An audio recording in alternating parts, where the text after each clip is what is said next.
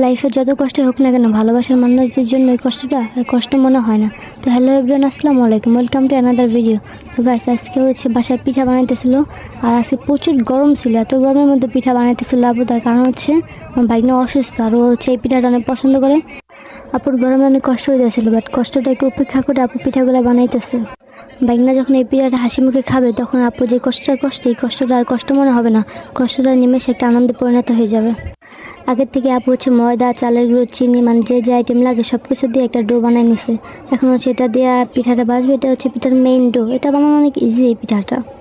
আর মিষ্টির পরিমাণটা যে যা স্বাদ মতো দেবেন, কারণ সবাই তো আর একরকম মিষ্টি খায় না, অনেকে বেশি খায়, অনেকে কম খায়।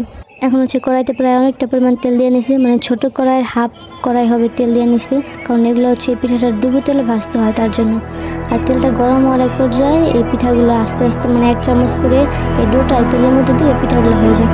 দেখতে খুব ভালোই লাগে। এই একটা পাতলা একটা ডো দেয়, দেন ফুলে একটা পিঠা হয়ে যায়। বসে বসে দেখতে খুব ভালোই লাগতেছিল। মানে ডোটা যখন তেলের মধ্যে দেওয়া হয় পুরো একটা লুচির মতো ফুলা যায় আর দেখতে ভালোই লাগে, মানে ফুলা যেতেছে, বসে বসে দেখতেছি। এবং পিঠাটা খেতেও ভারী মজাই, এতটা ফেভারিট না হলেও ভালোই লাগে খেতে। আপু একটা করে পিঠা ভাজে উঠাইতেছে আর 1 চামচ করে ডো এই তেলের মধ্যে দিতেছে আর ভেজে উঠাইতেছে আর দিতেছে।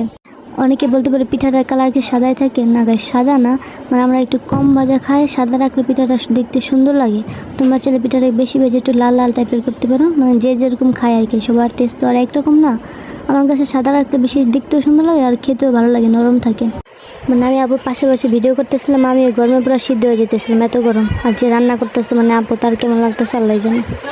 কিছু কিছু ক্ষেত্রে না কষ্টগুলোকে হাসি মুখে মেনে নিতে হয় প্রিয় মানুষের জন্য, মানে সে যেন ভালো থাকে তার জন্য আমার নিজের যত কষ্টই হোক না কেন সেই কষ্টকে মেনে নিতে হয় কিছু ক্ষেত্রে। আর কষ্ট ছাড়া কোনো লাইফ হয় না, মানে যে কোনো কারোর লাইফে সুখ দুঃখ মিলে লাইফটা পুরো থাকে। কষ্ট থাকবে লাইফে, তার জন্য কি আমরা ভেঙে পড়বো না? কিছু কষ্ট আছে যেগুলো মানুষকে বোঝানো যায় না, দেখানো যায় না, ওইগুলো ভিতরে লুকায় রাখতে হয়।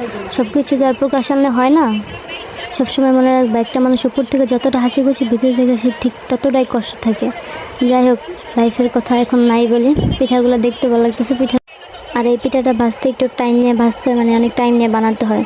আমার মনে হয় যে কোনো কিছু খেতে বেশি টাইম নিয়ে বানালে জিনিসটা সুন্দর হয়, খেতেও মজা হয়। তো বানাইতে বানাইতে আমরা বিকেলবেলা শুরু করছিলাম, প্রায় সন্ধ্যা ওভারে রাত হয়ে গেছিলো। অ্যান্ড আপু যেতে যেতে অনেক রাত হয়ে গেছিলো, বাইক না দিয়ে আসতে।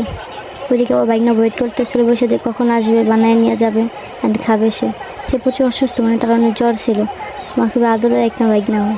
আর একটা ইন্টারেস্টিং বিষয় কি, ভাগনাটাও যেমন আমাদের আদরে আর নামটাও আদর, মানে সব মিলাই আদরে সব কিছু। গাইস, আমাদের কথা বলতে বলতে পিঠা অলমোস্ট রেডি। অলমোস্ট বলতে অনেকটা টাইমই লাগছে, বাট এখন রেডি হয়ে গেছে পিঠা। আর অল্প একটু আছে, মেবি 2টা পিঠা হবে, রেডি হয়ে যাবে পিঠা। এখন তোমরা বলতে পারো অনেক টাইম লাগছে পিঠা বানাইতে। ভাই, অনেক টাইম বলতে একটু পরিমাণটা বেশি ছিল, কারণ এক জায়গায় যদি দিতে হয় তো পরিমাণটা একটু বেশি দিতে হয়, কারণ তারা তো একা খাবে না, কাউকে দিয়ে খেতে পারে, তার জন্য আর কি। এতে তোমরা দেখতেই পাইতেছো আমাদের পিঠা অলমোস্ট রেডি, সব কিছু কমপ্লিট। এখন ঘরে নিয়ে যাবো, দেন তারা যাবে, এগুলো দিয়ে আসবে ভাইনার কাছে। আর পিঠাগুলো দেখতে কত লোভনীয় লাগতেছে, অনেক সুন্দর লাগতেছে। তো যাই হোক, ভিডিওটা বড় না গেলে আমাদের ভিডিওটা সবার কাছে ভালো লাগলে লাইক কমেন্ট করবেন, অ্যান্ড সবাই ভালো থাকবেন, সুস্থ থাকবেন। আল্লাহ হাফেজ।